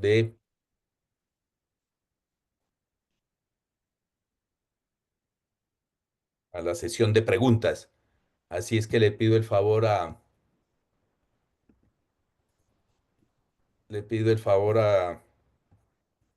¿sí me están escuchando? Sí, doctor. Sí, claro. Sí. Sí. Le pido el favor a Byron. Bueno, ya veo a Julio que está levantando la mano. Julio, ¿qué pregunta tienes? Antes que nada, felicitarlos, Pablo, excelentes ponencias a los cuatro, muy interesantes. Tengo un par de preguntas. La primera para Luis. Por ejemplo, en los casos de disquitis, lo común es llegar a hacer una laminectomía, limpiar el disco, tomar las muestras, ver qué germen se trata y posteriormente ponerle un corsé a este paciente, lo cual les minimiza el dolor posoperatorio y eso pues les da bastante alivio. Sin embargo, una vez operamos aquí en Guatemala con un colega, el caso de él, que me dijo, probemos esta técnica de este artículo brasileño que acabo de leer, y lo que él hacía era que se hacía el mismo procedimiento de limpieza del disco, toma de muestras, etcétera, y se hacía una instrumentación ahí mismo. ¿Y qué era la lógica de esto? Según este estudio brasileño, era que ya no usar un corsé, sino ellos fijaban directamente a estos pacientes y les aliviaba el dolor. ¿Qué experiencia tenés vos con eso, Luis? ¿Puedes explicar algo? Luis. Disculpen, no lo escuchar la pregunta, por favor, si me la puedes repetir. Si vos has hecho disquitis, el tratamiento de la disquitis, en lugar de ponerles corsé, los has instrumentado cuando haces la descompresión para toma de muestras. ¿Has tenido experiencia con eso? No. O sea, cuando es solamente el disco, la mayoría de los casos no necesitamos instrumentar. Ya cuando es una espondilodicitis, cuando hay déficit neurológico, ahí sí hacemos una cirugía un poco más agresiva, pero cuando es solo el disco, la mayoría de los pacientes se maneja de manera conservadora, corsé, antibióticos. Y como he puesto en los slides, bueno, hemos tenido poco tiempo. Si el paciente no mejora clínicamente, si los reactantes de fase aguda permanecen, si hay déficit neurológico o tenemos duda en el diagnóstico, porque eso es muy frecuente, que creemos que es, por ejemplo, una bacteriana aguda, hacemos el tratamiento y no mejora, tenemos que hacer una biopsia o a veces una cirugía abierta, por ejemplo, para descartar que sea tuberculosis. Entonces, cuando es solo una disitis, el índice quirúrgico es mucho más bajo. Ya cuando es espondilodisitis, cuando ya hay compromiso óseo, el porcentaje de cirugía aumenta mucho. Y como hemos dado una slide, cuando hay una espondilodisitis, especialmente cuando hay mucho dolor neurológico importante, hay que hacer cirugía descompresiva y fijar. Y lo que había dicho también es que no hay problema de hacer fijación con tornillos, porque a veces se tenía el miedo de que el tornillo perpetúe la infección y eso no es así, afortunadamente, en la mayoría de los casos. Sobre todo en tuberculosis tenemos certeza de que no debemos tener miedo de poner los tornillos. Es que la pregunta era porque fíjate que nosotros usualmente hacemos la descompresión, que limpiamos el disco, tomamos las muestras y después les ponemos el corsé y le damos tratamiento. Yo al menos soy muy agresivo con las disquitis, porque yo si veo una disquitis, yo prefiero entrar, limpiar, tomar la muestra y luego manejarlo con un corsé en compañía de un infectólogo. Pero esa vez el artículo mencionaba de que en ese procedimiento, en lugar de poner el corsé, los instrumentaban. Y la verdad es que con esa experiencia que tuvimos aquí, vimos ese caso, se le hizo la instrumentación y el paciente se alivió, se levantó y todo muy bien. Pero a mi criterio, pues es un poco, quizá tal vez en Invasivo, cuestión monetaria es más agresivo. caro que ponerle un corsé que vas a obtener lo mismo, pienso yo. Y en eso estoy de acuerdo con vos. Si es una espondilodisitis y ya con destrucción vertebral y todo, entonces sí, ahí sí tienes que ser más agresivo, ¿verdad? La segunda pregunta es para vos, Pablo. Eh, vos, cuando tenés un caso de una fractura como la que presentaste en un nivel que está en dos niveles separados por un nivel normal, ¿vos haces vertebroplastía preventiva o Problema simplemente que vas hay. al grano con las demás? ¿Cómo ha estado? Sí, Bueno, es interesante la pregunta. Depende de la clasificación que tengamos en las fracturas múltiples y depende de la resonancia magnética. A veces hay fracturas que son viejas, que no brillan en el estir de la resonancia magnética, esas no necesitan tratamiento. Pero si hay, como un caso que mostré, de tres fracturas que no tienen deformidad y no hay déficit neurológico y que puede ser la más alta o F3 o F4 máximo, hago el tratamiento en las que brillen y que posiblemente están originando el dolor, pero la condición tiene que ser que no tenga deformidad y ni déficit neurológico. Ocasionalmente hemos tenido casos de PJK por deformidades en pacientes que ya son muy viejos y no tienen comorbilidades que impiden una anestesia general. Le hacemos una vertebroplastia en la vértebra generalmente torácica con respuesta al dolor buena, pero pues obviamente no va a mejorar completamente la deformidad, ¿no es cierto? Entonces esas serían las condiciones para la situación que estás planteando.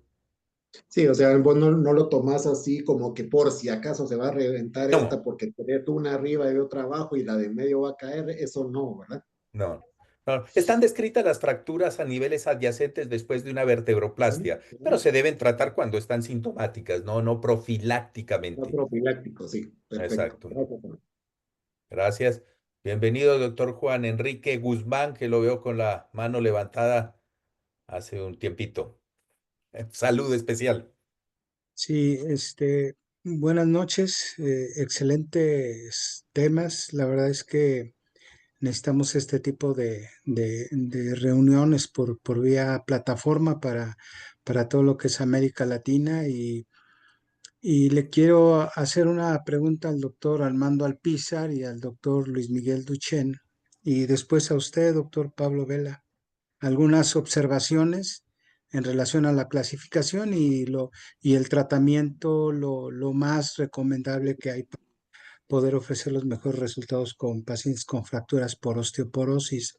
Al doctor Armando Alpizar, buenas noches, doctor Luis Miguel Duchén. Cuando tenemos hospitales de alta especialidad y si bien, como lo describen ustedes, el cuadro clínico que los estudios por resonancia magnética, que la tomografía, que la biopsia, que si hago la cirugía abierta, endoscópica, resuelvo ese problema que tienen esos pacientes con síndrome de destrucción vertebral o por alguna espondilodicitis o un problema de tipo infeccioso. Vamos, para hospitales de tercer nivel, creo que cada uno tiene herramientas que nos permiten llegar al diagnóstico y a un buen resultado en ese tipo de pacientes. La pregunta es, por qué estas instituciones tan grandes no mandan las recomendaciones o cómo haríamos para que el segundo nivel o el de primer contacto tuvieran herramientas que le permitan llegar al diagnóstico y no les lleguen ya con una destrucción muy, muy importante? ¿Y cuál sería para ustedes como tercer nivel mandar esas recomendaciones o esas guías que permitan hacer un diagnóstico rápido, oportuno y que llegue al hospital de tercer nivel y que ustedes puedan ofrecerle un tratamiento lo más rápido posible a este tipo de pacientes? Bueno, creo Armando, que el doctor Alpizar, sí, sí está bueno, ahorita. Armando,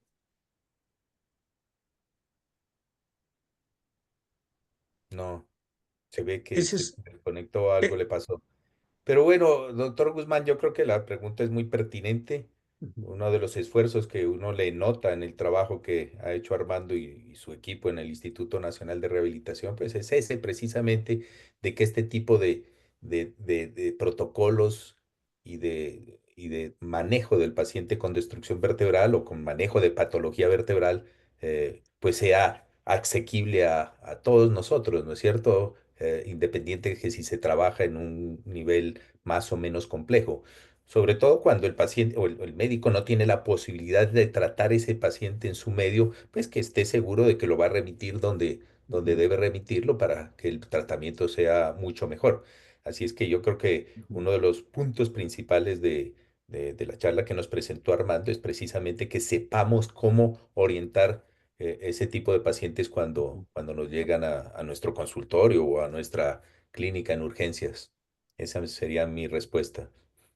Yo creo que va a depender de dónde estamos y si hay un nivel en donde no podemos resolver, hay que tomar las medidas que se puedan y derivarlo de inmediato. El problema de las espondilodicitis, como he demostrado y todos los demás colegas conocen, es que cuando más tarde tratamos, los resultados son peores y sensiblemente ya la propia patología nos demora en el diagnóstico. O sea, la mayoría de los casos que yo diagnostico no son disitis, ya son espondilodicitis. Como dije en la charla, la mayoría son niños porque ellos tienen la posibilidad de tener esa infección pura del disco. En cambio, la mayoría ya son espondilodicitis y si un paciente tiene espondilodicitis, tiene que hacerse todo lo necesario para resolverlo, saber cuál es la etiología e incluso en centros de cuarto nivel, como el instituto que tiene el doctor Alpizar, no han logrado diagnóstico en todos los casos. Entonces, esta patología es demasiado compleja para dejarlo en un segundo nivel. Entonces, hay que derivarlo a un centro de referencia porque si no se hace lo correcto, las consecuencias pueden ser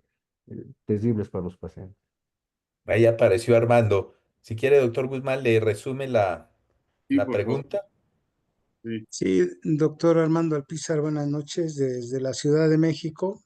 Este, la pregunta es, ustedes como hospitales de alta especialidad que ya cuentan con todas las herramientas para ya precisar más el diagnóstico o el tratamiento en síndromes de destrucción vertebral o problemas de tipo infeccioso, ¿qué les recomendaría a ustedes o cuáles serían las guías para el primero y segundo nivel de atención para que no les lleguen estos pacientes ya con un deterioro progresivo o neurológico y a veces el tratamiento que nosotros le podamos ofrecer de un tercer o cuarto nivel sea ya de resección paliativo, pero ya con un daño irreversible o su estado de salud aumente su mortalidad? ¿Qué tenemos que hacer en primero y segundo nivel cuando nosotros ya tenemos todas las herramientas y esperemos que estos pacientes no nos lleguen así, sino que lleguen en otras condiciones que los podamos ofrecer una mejor calidad de vida?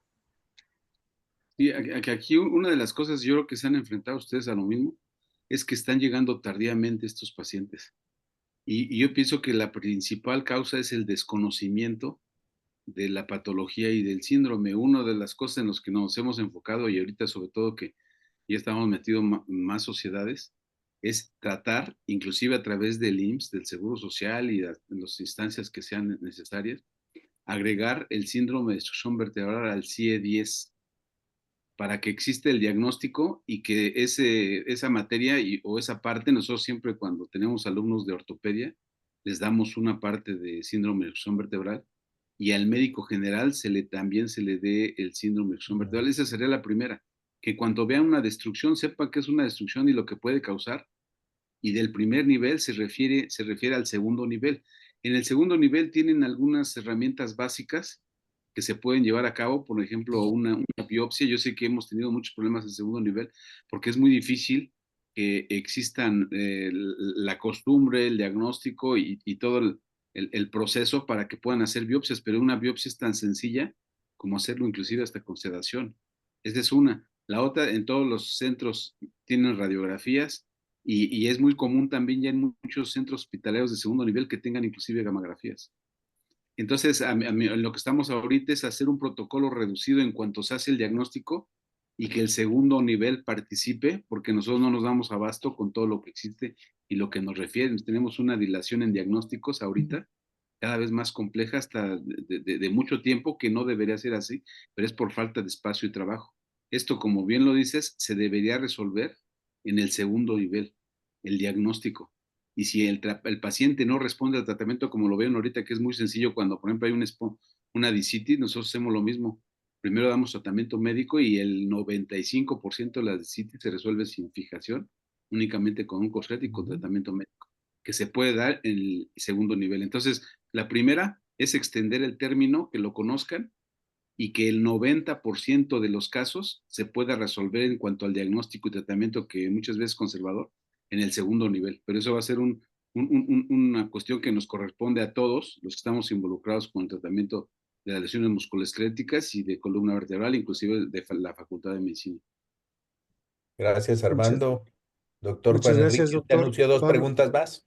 Sí, para el doctor Pablo Vela, doctor, si bien es cierto la clasificación de las fracturas por osteoporosis del Colegio de Ortopedistas de Alemania, usted ya las mencionó, que hay 5 tipos, sobre todo la tipo 4 y la tipo 5, cuando usted utiliza una técnica de vértebroplastía o cifoplastía, a veces el balance sagital o la misma deformidad, a veces no nos permite nada más hacer la pura cifoplastía.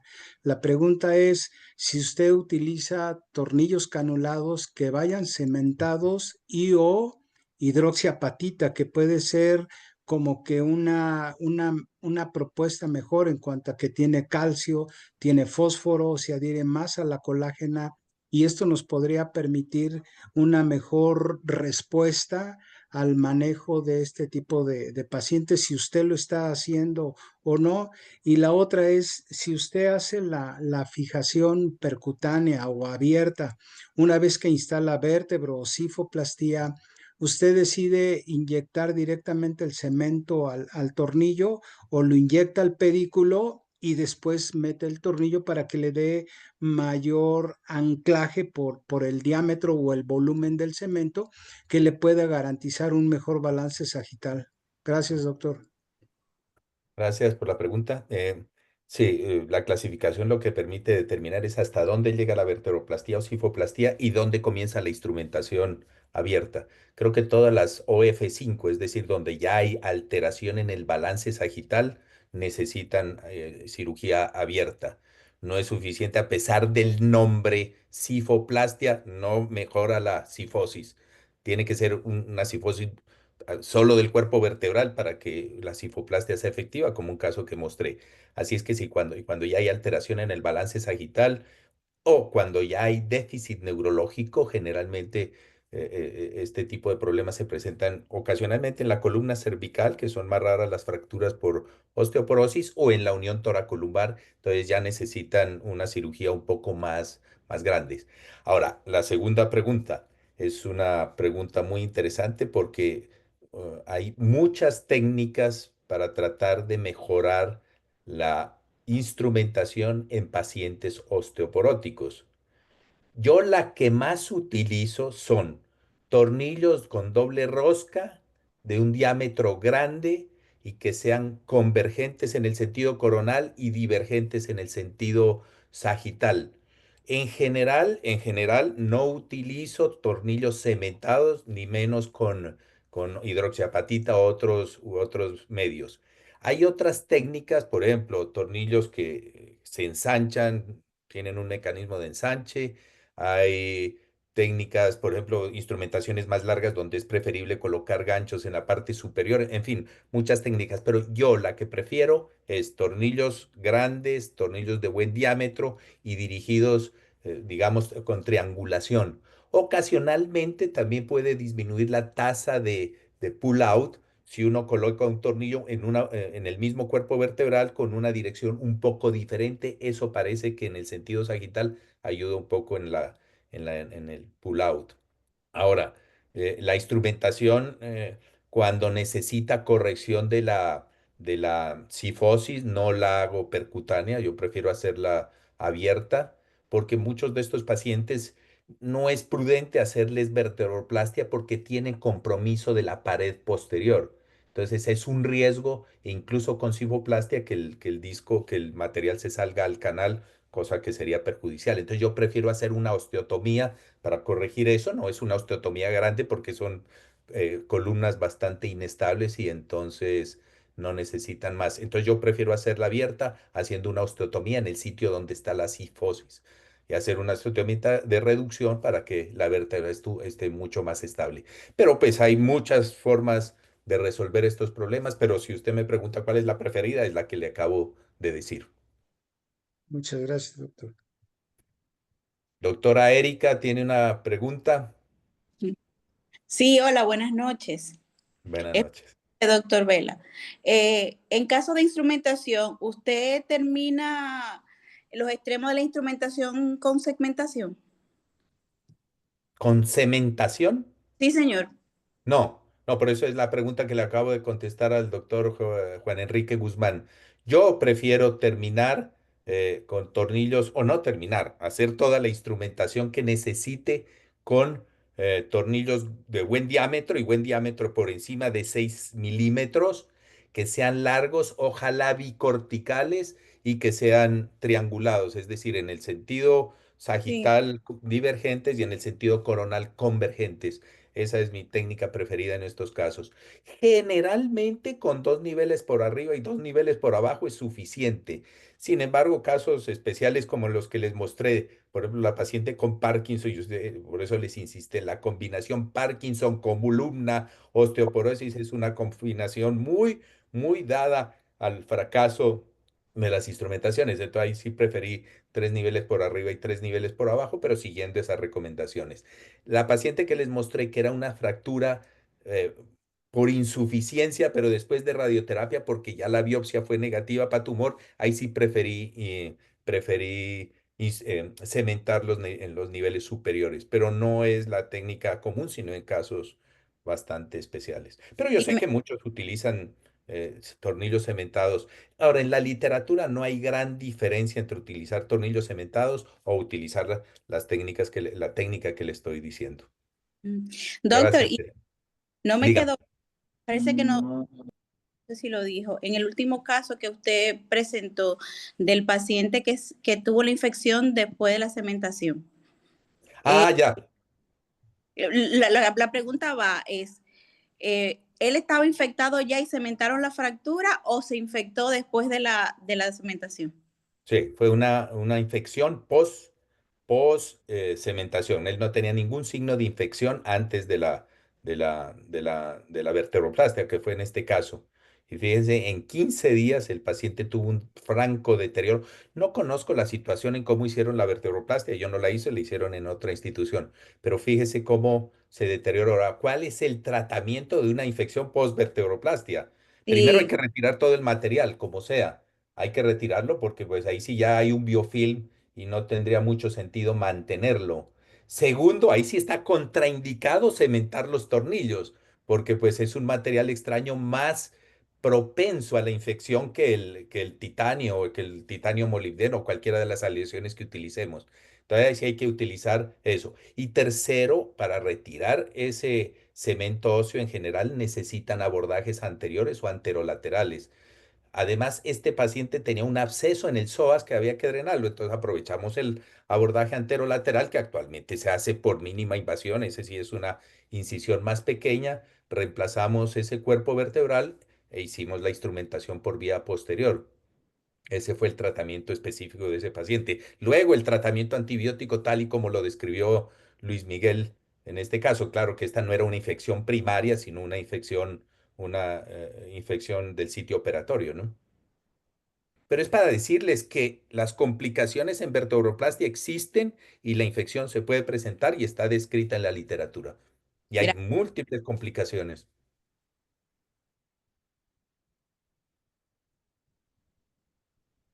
Erika, ¿algo más? Yo no sé si haya más No, preguntas. en el chat sí hay. No sé, Jair, usted que maneja mejor el chat, si quiere, selecciona unas preguntas y me las pasa y no sé, las vamos contestando Claro, entre si quieren Armando, les doy Juan, lectura. Luis y yo. Dale, Bueno, Jair. dice, excelente tópico de parte de Elio Marín. Congratulaciones a los 4 expositores, gracias por compartir sus conocimientos. Pregunta el doctor Vela, ¿trabajan en conjunto con endocrinología? ¿Cuánto tiempo de tratamiento médico de la osteoporosis? ¿Qué opinan de la denosumab? Gracias. Al menos en Colombia, el tratamiento de la osteoporosis no lo hacemos nosotros, lo hace el endocrinólogo, el reumatólogo o a veces el internista, pero en general lo hacen ellos.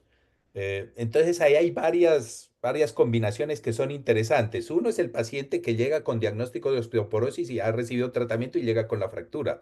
Otro es el que debuta de nuevo con una fractura por osteoporosis. Eh, entonces esas dos son situaciones un poco diferentes.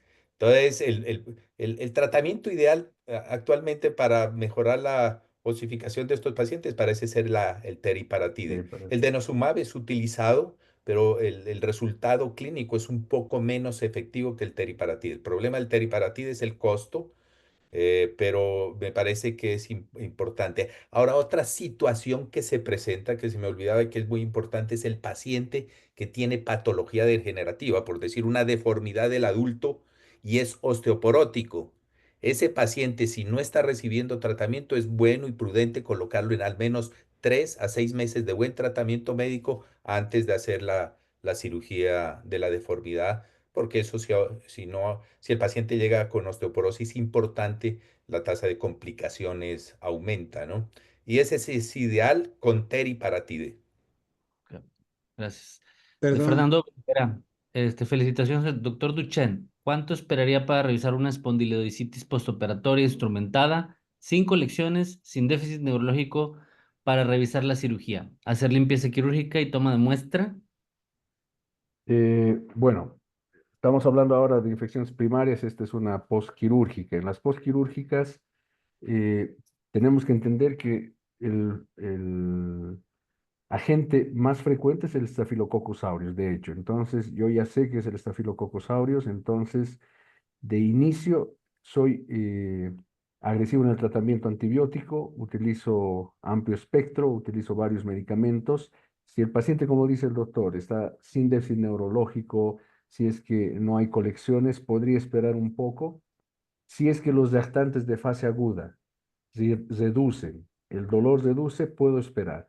Si los reactantes de fase aguda, PCR y velocidad de eritrosedimentación aumentan, si el paciente empeora, ahí es donde yo tengo que operar. No, no hay un tiempo, no esperaría 2 semanas, una semana, es el seguimiento clínico. Recuerden que este paciente está instrumentado. Entonces, el riesgo de que haga biofilm en una posoperatoria es diferente a en una primaria. Entonces, si el paciente mejora clínicamente y con el antibiótico vamos viendo su mejoría, yo no lo operaría. Ahora, es muy importante entender que muchos piensan que con la resonancia magnética vamos a ver esa mejora. La mejora no se ve en la resonancia tan inmediata, eso requiere meses para que desaparezca. Entonces, clínico.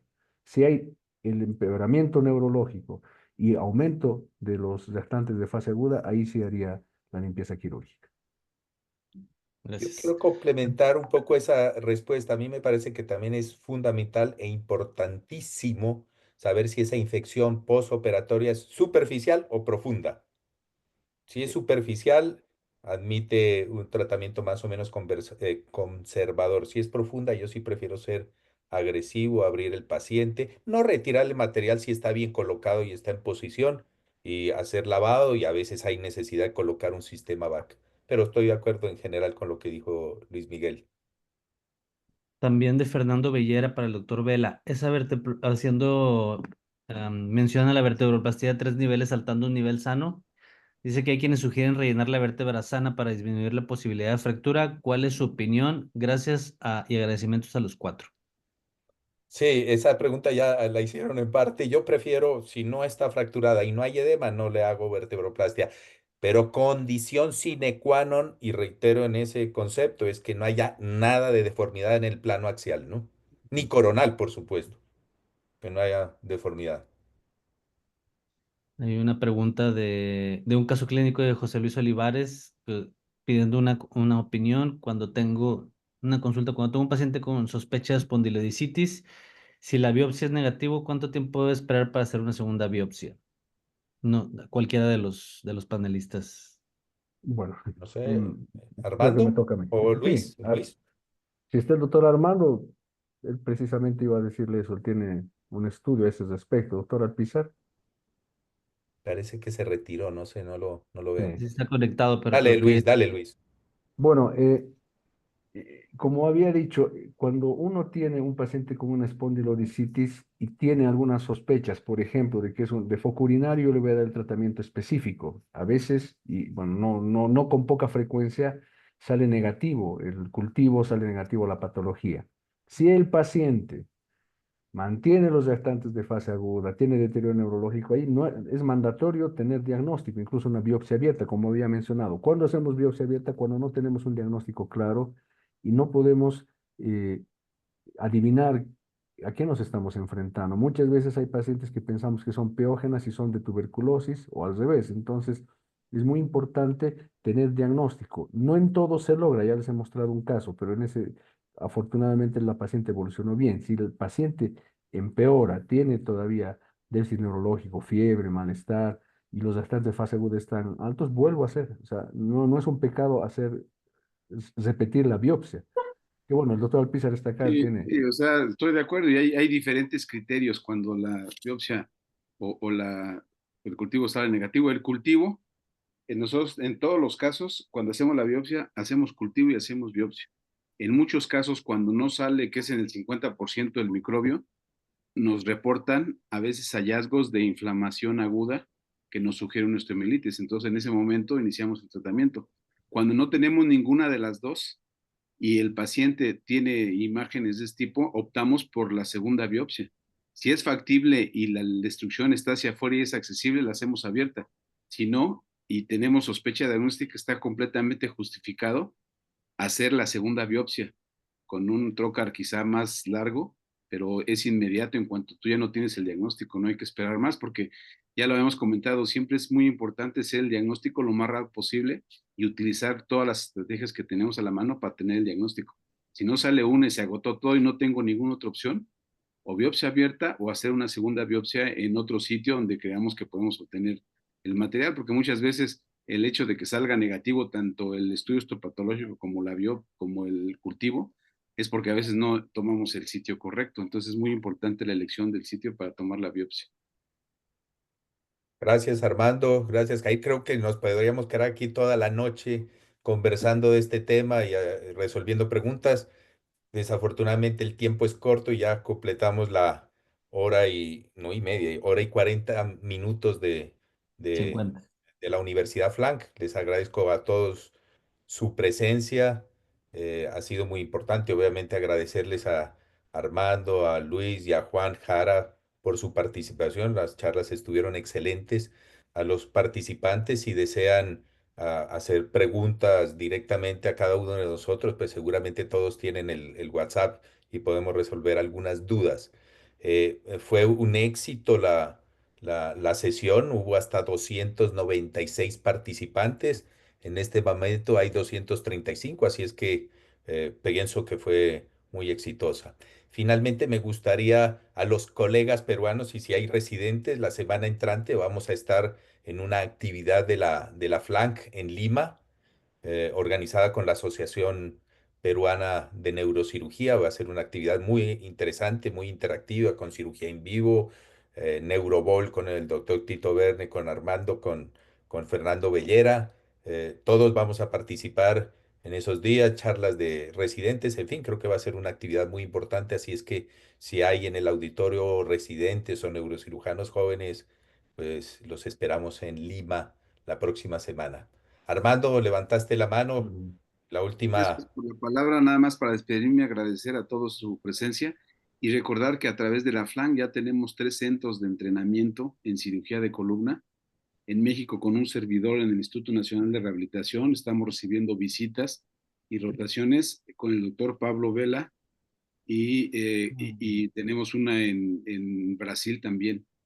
Entonces, pónganse en contacto con la FLAN, pero ya podemos recibir inclusive residentes o médicos que estén en formación en estos centros de entrenamiento que vamos a tener en cada una de las coordinaciones. Muchas gracias a todos. Muchas gracias, gracias Armando por tus palabras. Creo que no hay nada más, entonces que tengan feliz noche. Hasta luego y nuevamente gracias a Juan, a Luis y Armando. Y gracias, Jair, Gracias. por su... Bye. Hasta luego. Buenas noches. Gracias. Gracias a Saludos. ¿Hay todos. alguna, por ahí alguna duda de los videos del YouTube? Pueden seguir en la cuenta de Instagram de la Flank y en el canal de la Flank de YouTube va a estar los videos con toda la charla. Obviamente no está hoy, hay que darle cierto formato, pero va a estar todo disponible. Gracias a todos, buenas noches. Buenas Buenas noches. noches. Muchas Saludos. gracias. Los saludos. Buenas Saludos a todos. noches. Gracias, buenas noches.